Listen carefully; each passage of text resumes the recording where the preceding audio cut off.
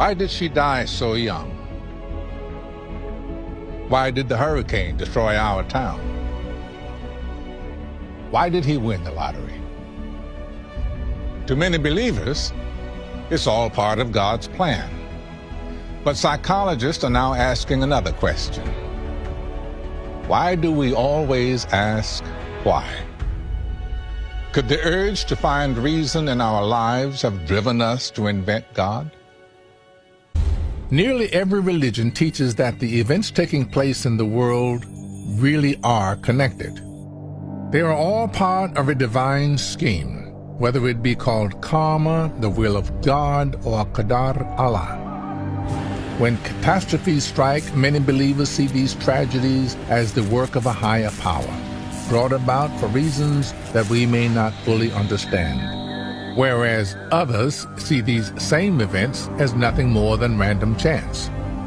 Jennifer devised a psychological study to try to understand why people might develop such different mindsets. They came into the study and we said, hey, you're going to see a series of paired symbols on the computer screen. The computer has generated these symbols using a concept. It's your job to figure out what that concept is. We didn't give them any feedback about whether they were right or wrong, so they had complete control over that task.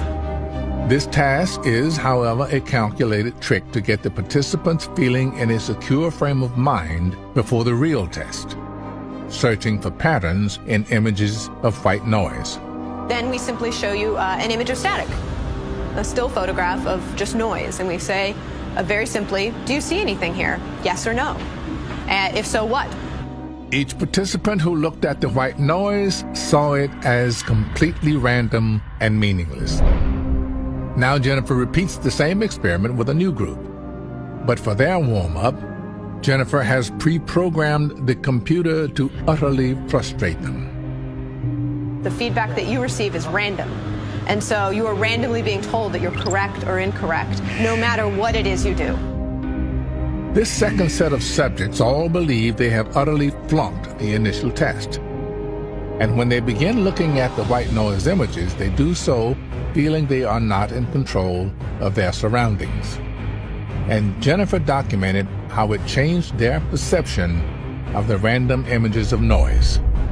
Looking at them purely objectively, the answer should be no every time. No, no, no. But what we see is that when people lack control, they're significantly more likely to say, yes, I see something in this image. There's something there. Jennifer's work shows that lack of control encourages our brains to seek patterns in what otherwise would be randomness. All of these false patterns, all of these illusory patterns are connected. All of them are influenced by lacking control. So when people lack control, they're more likely to see trends in the stock market that don't exist. They're more likely to see conspiracies in the world around them that don't exist, because it's our instinctive sense to try and react to the situation which we lack control by making sense of it and understanding it, even if it's a false understanding.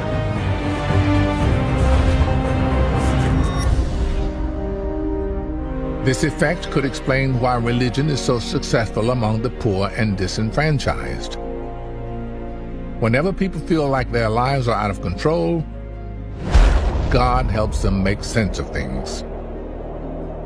There is a lot of randomness in our lives. There is a lot of chaos. There are many, many, many things we do not control. And so we have to pick out of that chaos things that are meaningful to us to make a sensible story out of our lives